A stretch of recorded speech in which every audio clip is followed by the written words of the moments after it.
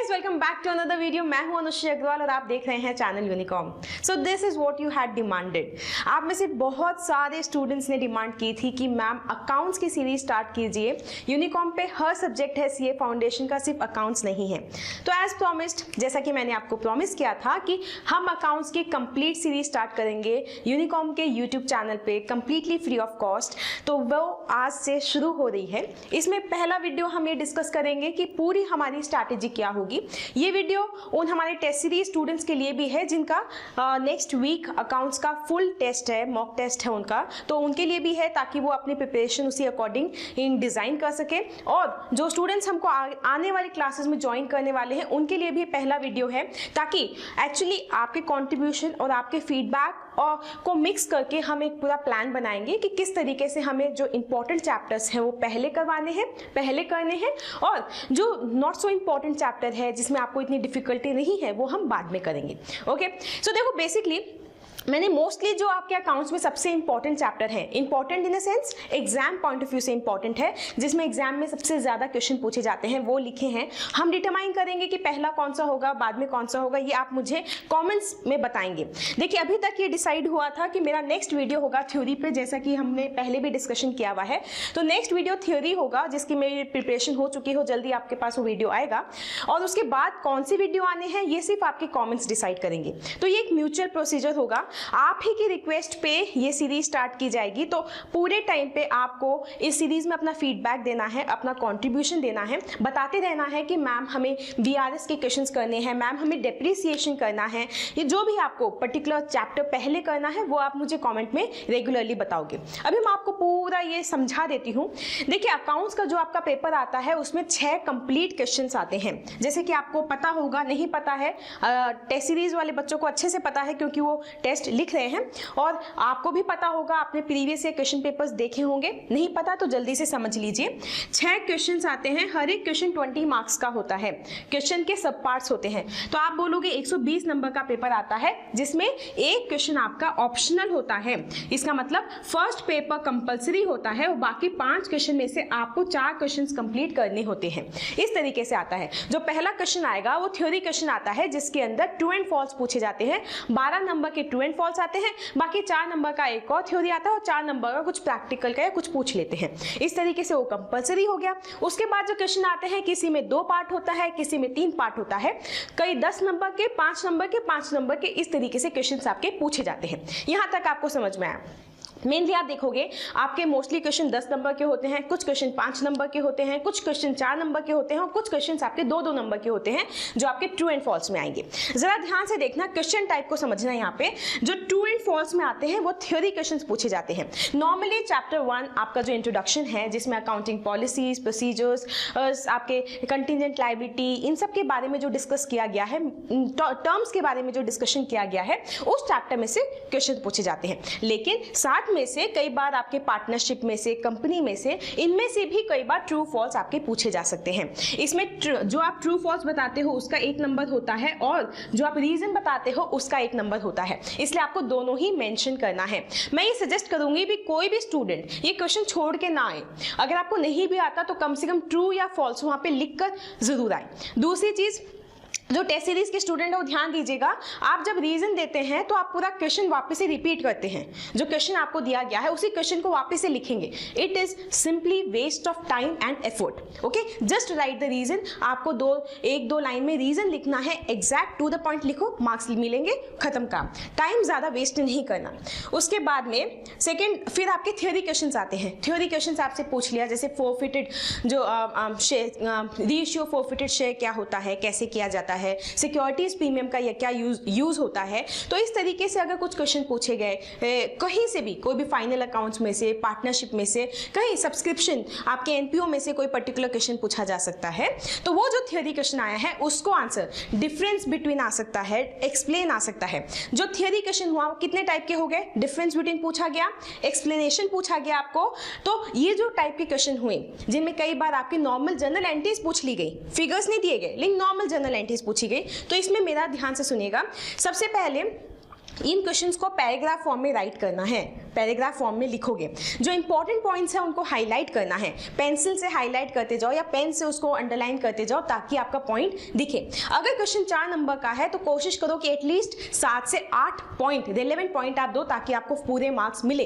अगर क्वेश्चन किसी भी टॉपिक से रिलेटेड है और उससे रिलेटेड अगर जर्नल एंट्रीज आपको मालूम है तो बिना फिगर्स लिखे भी जर्नल एंट्रीज मेंशन करके आओ ताकि आपका प्रैक्टिकल नॉलेज शो होगा। जैसे फॉर एग्जांपल क्वेश्चन आए री इश्यू ऑफ फॉरफिटेड शेयर, तो उसकी जर्नल एंट्री आपको शो करनी चाहिए। सिक्योरिटीज प्रीमियम, तो उसकी जर्नल एंट्री शो करो, उसको अकाउंट्स में क्या ट्रीटमेंट होता है वो जरूर शो करो, वो आपको एक्स्ट्रा मार्क्स दिलवाएगा। ठीक है, और हमेशा पैराग्राफ फॉर्म में लिखने की कोशिश करो, चाहे डिफरेंस बिटवीन हो उसे भी पैराग्राफ में लिखो, बट पॉइंट्स याद रखना। 4 नंबर का क्वेश्चन है तो 7 से 8 पॉइंट दोगे, 5 नंबर का क्वेश्चन है तो 9 से 10 पॉइंट दोगे ताकि आपको फुल मार्क सिक्योर कर सको।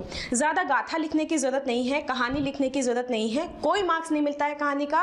कहानी लिखने से एग्जामिनर इरिटेट होता है तो आपका हो सकता है पूरा क्वेश्चन काट दे। इसलिए जो रिलेवेंट पॉइंट्स है बस वही लिखना, be specific, be relevant and be direct. Okay, entries के क्वेश्चन आए।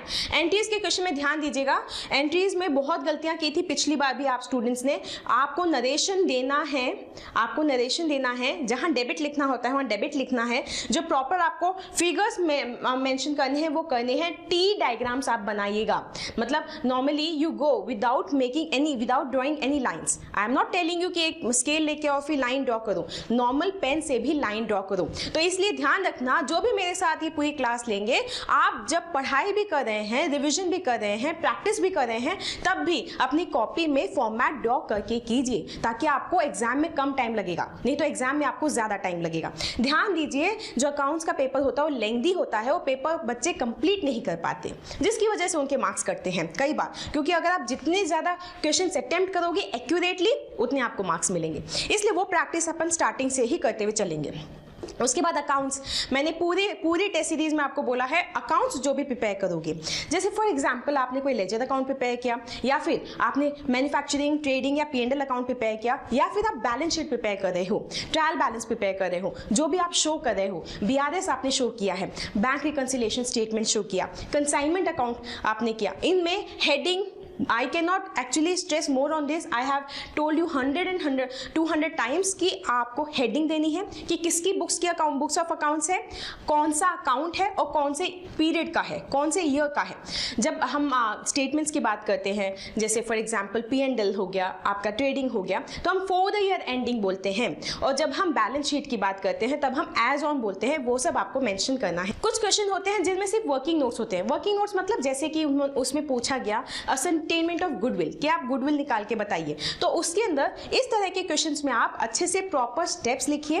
देखिए, कई बार आप कोशिश करते हैं क्वेश्चन को जल्दी करने के लिए, स्टेप्स आप ओमिट कर देते हैं, डायरेक्ट आप आंसर पे पहुंच जाते हैं। लेकिन मेरी बात याद रखिए, आप अगर प्रॉपरली स्टेप बाय स्टेप जाते हैं तो आपको मार्क्स भी अच्छे मिलते हैं और आपकी सिली मिस्टेक्स कम होती है।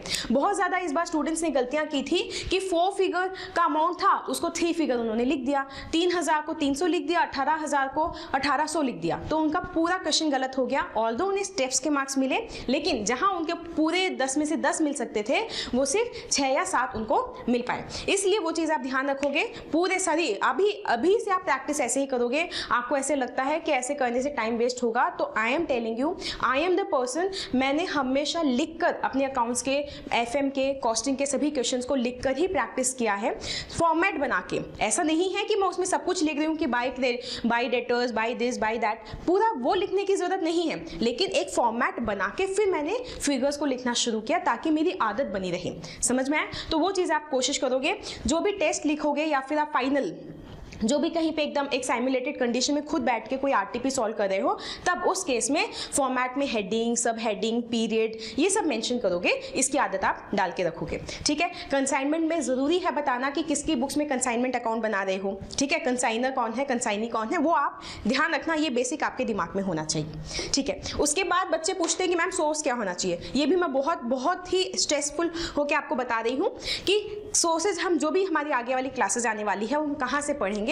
हम सिर्फ मॉड्यूल को हमारा बेस मानेंगे, मॉड्यूल के इलस्ट्रेशंस प्लस प्रैक्टिस क्वेश्चंस, जो बैक क्वेश्चंस दिए गए हैं, उसमें आपके थियोरी क्वेश्चंस भी हैं, प्रैक्टिकल क्वेश्चंस भी हैं, तो वो बहुत इंपॉर्टेंट है। आप कोई रेफरेंस बुक लेने की जरूरत नहीं है, मॉड्यूल अच्छे से पढ़ा है, प्रैक्टिस क्वेश्चंस अच्छे से पढ़े हैं, हो जाएगा। साथ में और फर्दर प्रैक्टिस के लिए MTP आ चुकी है, RTPs बहुत सारी अवेलेबल है और प्रीवियस ईयर क्वेश्चंस वो भी बहुत सारे आपको अवेलेबल हैं, वो आप प्रैक्टिस करेंगी। जो हमारे टेस्ट सीरीज स्टूडेंट्स हैं उन सबको मैं ये जिप करके मेल करवा दूंगी, तो आपके पास ये सारे रिसोर्सेज होंगे। और जो हमारे जितने भी स्टूडेंट्स मुझे अभी देख रहे हैं और आगे अकाउंट्स कंटिन्यू करना चाहते हैं, उनको भी मैं यहाँ पे डिस्क्रिप्शन बॉक्स में एक जिप फाइल का लिंक दूंगी, ताकि आप ये सारे एक साथ आपको डाउनलोड किया हुआ मिल जाए, आपको वेबसाइट पे जाके अलग अलग डाउनलोड ना करना पड़े। So this I will do for you. Then now coming on to chapters, कि हम कैसे चैप्टर्स करेंगे। देखिए, सबसे पहले मैंने थ्योरी बोला आपको, सबसे पहले मैं थ्योरी लूंगी।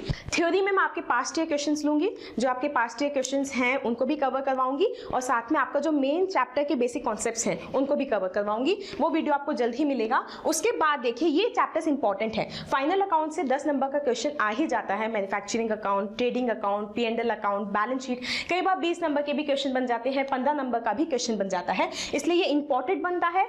आपने 12th क्लास में पढ़ा हुआ है, ईजी है, आप कर सकते हो। पार्टनरशिप है, पार्टनरशिप भी आपने पढ़ा हुआ है, इसमें आपके एडमिशन, रिटायरमेंट, डेथ ये आता है, डिसोल्यूशन आपके हट चुका है, तो ये चैप्टर इंपॉर्टेंट, रिवैल्यूएशन भी इसमें आएगा। ये चैप्टर इंपॉर्टेंट है, आसान है, ये भी हम करेंगे। NPO बहुत ही सिंपल और इजी और इंटरेस्टिंग चैप्टर है और इंपॉर्टेंट चैप्टर है, इसमें भी 10 नंबर का क्वेश्चन आपके एग्जाम में पूछा जाता है। इट इज अबाउट सब्सक्रिप्शन, है ना, subscription, receipt and payment account etcetera. उसके बाद कंसाइनमेंट, ये काफी इंपॉर्टेंट चैप्टर बन जाता है, आपको पता है। आपके स्पेशल ट्रांजेक्शंस में कई है, जैसे अकाउंट करंट है, एवरेज ड्यू डेट है, कंसाइनमेंट है, जॉइंट वेंचर था वो हट चुका है, तो इसमें कंसाइनमेंट सबसे ज्यादा इंपॉर्टेंट बनता है, जो 10 मार्क का क्वेश्चन बनता है। मोस्टली स्टूडेंट्स इसको सही भी करते हैं, लेकिन कई बार वो जब स्टॉक निकालते हैं तो उसमें गड़बड़ी कर देते हैं, तो ये भी हम करेंगे। BRS सबसे इजी चैप्टर है, श्योर शॉर्ट क्वेश्चन आता है इसका, 10 नंबर का क्वेश्चन आता है। हमारी टेस्ट सीरीज का एक्सपीरियंस है कि मोस्टली स्टूडेंट इसको सही करते हैं, कम टाइम में कवर होने वाला सबसे बढ़िया चैप्टर है, तो BRS भी हम करेंगे। कंपनी अकाउंट्स में आपके जैसे थोड़ी बहुत थ्योरी आती है, जर्नल एंट्रीज पे भी क्वेश्चन आ सकते हैं, तो issue of debenture, issue of shares, तो बहुत बेसिक कॉन्सेप्ट कंपनी का आपको फाउंडेशन में कवर होगा। इससे ज्यादा जो हाई लेवल के कॉन्सेप्ट्स हैं वो आपके इंटरमीडिएट लेवल पे आएंगे। देन आता है रेक्टिफिकेशन ऑफ एरर, ये भी एक इंपॉर्टेंट क्वेश्चन है, इंपॉर्टेंट इसमें से क्वेश्चन पूछे जाते हैं, ये 5 से 10 नंबर में ये आपके क्वेश्चन पूछा जा सकता है। इन्वेंट्रीज भी आपसे 5 से 10 नंबर का क्वेश्चन इन्वेंट्री से आ सकता है। डिप्रिसिएशन भी एक इंपॉर्टेंट टॉपिक बनता है कि स्ट्रेट लाइन मेथड से निकाला है, WV मेथड से कितना आएगा, तो ये सब आपके इंपॉर्टेंट टॉपिक है जो मैंने एक बार के लिए शॉर्टलिस्ट किए हैं, जो मैं इस वाली सीरीज में करवाऊंगी अगस्त और नवंबर के स्टूडेंट्स के लिए। तो बहुत ही हमें अलर्ट होकर काम करना है और अच्छे से पढ़ाई करनी है। जो टेस्ट सीरीज के स्टूडेंट हो, ध्यान दीजिए कि ये आपके काफी इंपॉर्टेंट चैप्टर है, आपको ये अच्छे से कवर करने हैं, ताकि आप एग्जाम में जब टेस्ट लिखेंगे अपना 100 मार्क्स का, तो आप अच्छे से उसको और लिख पाएं और अच्छा स्कोर कर पाएं। मैं ये नहीं कह रही कि बाकी चैप्टर्स को छोड़ देना है, मैं ये बोल रही हूँ कि इनको प्रायोरिटी बेसिस पे करना है, इनको कंप्लीट करने के बाद बाकी चैप्टर्स भी करने हैं। I will always suggest you कि कोर्स 100% कंप्लीट करके जाना, because I will share one thing. When I was in CA IPCC, तो हमारे टाइम पे ऐसा हुआ था कि जो सबसे कम इंपॉर्टेंट चैप्टर्स थे, मतलब जिनमें सबसे ऑब्वियस क्वेश्चन बनते हैं, वो चैप्टर्स हमारे आए नहीं, लेकिन जो सबसे कम इंपॉर्टेंट चैप्टर्स थे, जिसमें उम्मीद नहीं होती है कि कोई क्वेश्चन पूछा जाएगा, उसी से क्वेश्चन आए थे, लेकिन ईजी क्वेश्चन आए थे। तो मैंने तो पूरा फुल कोर्स प्रिपेयर किया था, इसलिए मेरा पेपर काफ़ी अच्छा गया था। और आई वॉज लाइक, जब when I return from the examination hall, तो आई वॉज लाइक कि पेपर बहुत ईजी था, बहुत ही आसान था, लेकिन मुझे पता चला कि बहुत लोगों का पेपर खराब हुआ, क्योंकि क्वेश्चंस उन चैप्टर्स में से आए थे जो ऑब्वियस नहीं थे, उन चैप्टर्स में से आए थे जो इंपॉर्टेंट नहीं कहे जाते। इसलिए ICI के लिए आप कभी नहीं कह सकते कि ये चैप्टर इंपॉर्टेंट है, इन्हीं में से क्वेश्चन आएंगे, ऐसा नहीं कह सकते। अपनी प्रिपरेशन 100% रखनी चाहिए, लेकिन एक प्रायोरिटी आप डिसाइड कर सकते हैं कि कौन सा पहले करोगे, कौन सा बाद में करोगे। इसलिए ये कोई भी नहीं सोचेगा कि मैं ये छोड़ के जाऊंगा, छोड़ के कुछ नहीं जाना है, पढ़ के सब कुछ जाएंगे, लेकिन एक प्रायोरिटी बेसिस में हम डिसाइड करेंगे कि पहले कौन सा पढ़ेंगे। ठीक है, अब आप मुझे आगे कॉमेंट्स में आप कंटिन्यूअसली मुझे बताओगे कि नेक्स्ट चैप्टर कौन सा लेना है, उसी अकॉर्डिंग मैं नेक्स्ट चैप्टर की तैयारी शुरू करूंगी और नेक्स्ट चैप्टर हम वैसे ही डिसाइड करेंगे।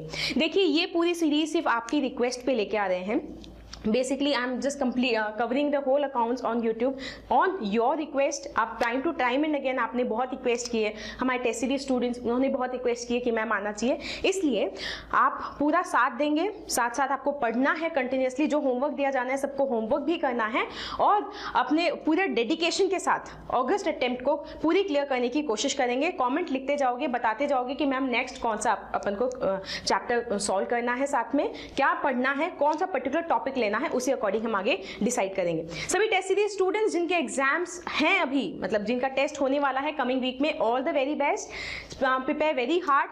चैप्टर्स को ध्यान रखना, क्वेश्चन टाइप्स का ध्यान रखना, कैसे लिखोगे, और जो इवैल्यूएशन वीडियो गया है लास्ट टेस्ट का वो जरूर देखना, क्योंकि उसमें कुछ पॉइंट्स मैंने डिस्कस किए हैं जो आपने गलतियां की है, उन गलतियों को सीखकर फिर आगे इंप्रूव करना. तो आई सी यू नेक्स्ट टाइम फिर एक नए वीडियो के साथ. ऑफ कोर्स अकाउंट्स का वीडियो लेंगे हम, थ्योरी वीडियो लेंगे, और आई होप कि it will be a great learning experience for me and for you, for all of us. See you next time in the next video. Till then, you keep studying hard, stay at home, stay healthy, be happy. Bye bye.